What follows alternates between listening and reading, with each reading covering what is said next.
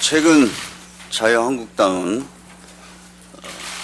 역사적 사실을 왜곡하고 이념 논쟁으로 국민들을 편가르게 하는 일에 나서고 있습니다.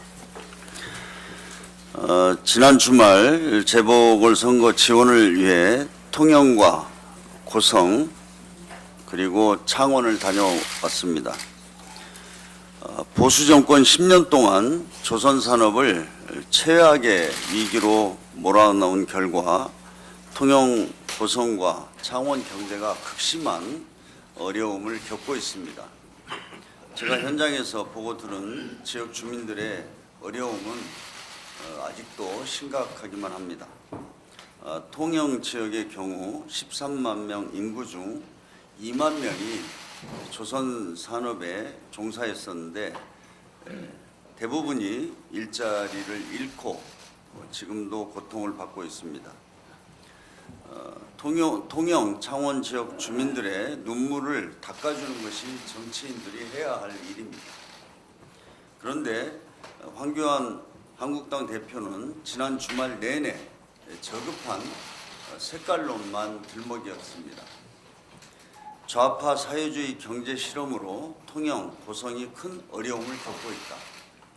안보 파탄, 경제 파탄, 원전 파탄이 일어나고 있다는 허무맹랑한 주장으로 국민 분열을 일삼고 있습니다.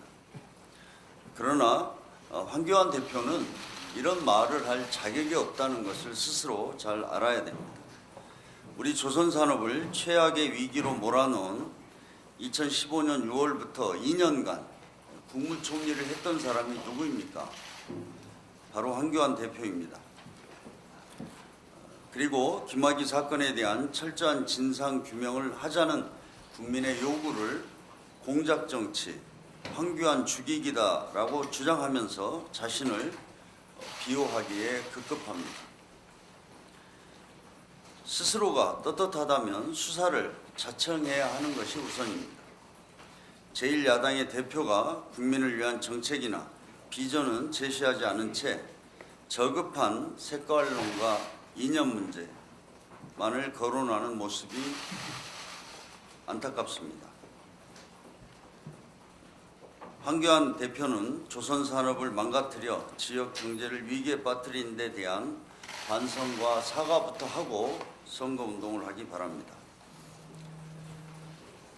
주말에 김학의 전 차관이 심야 출국을 시도하다 출국장에서 저지당했습니다.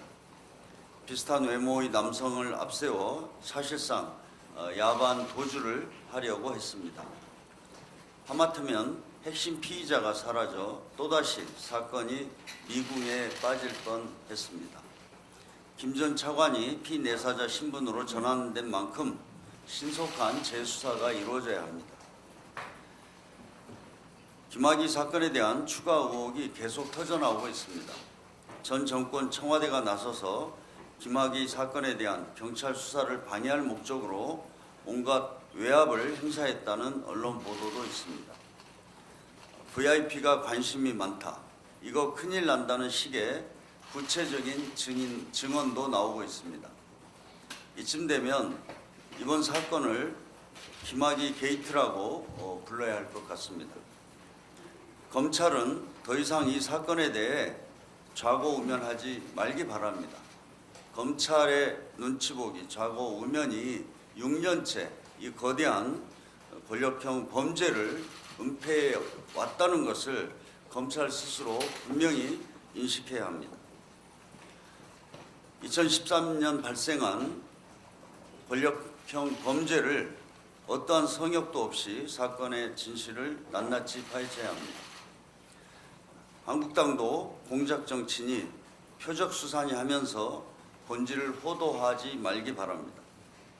국민의 상식적인 법 상식으로 이해할 수 없는 이번 사건을 그냥 덮고 넘어가자는 것이 한국당의 본심인지 묻고 싶습니다. 그런 식의 주장은 국민의 공분만 살 것이라는 점을 분명히 밝힙니다. 우리 민주당은 김학의 사건과 관련해 진상규명과 책임자 처벌을 위해 당내 특위를 조속히 구성하도록 하겠습니다. 다시 한번 말씀드리지만 검찰은 지난 6년간 이 사건을 은폐 축소해온 주체가 누구인지, 그리고 누가 지시했는지에 대해서 분명히 밝히고 법과 정의의 이름으로 심판할 수 있도록 해야 합니다. 지금 야 3당과 자유한국당을 제외한 야 3당과 합의했던 선거법과 개혁 입법에 대한 패스트트랙에 대한 논의가 진전이 되고 있지 않습니다. 선거법은 사실상 합의를 도출했습니다마는 바른미래당에서 공수처법과 검경수사권 조정 관련 법안들에 대한 논의를 요구해 왔기 때문에 아직 최종적인 합의에 이르지 못하고 있습니다. 더 이상 패스트트랙을 지연시킬 수는 없습니다. 그렇기 때문에 나머지 쟁점들에 대해서 바른미래당과 또 나머지 야당과 빠른 시일 내에 합의를 도출하도록 최선을 다하겠습니다.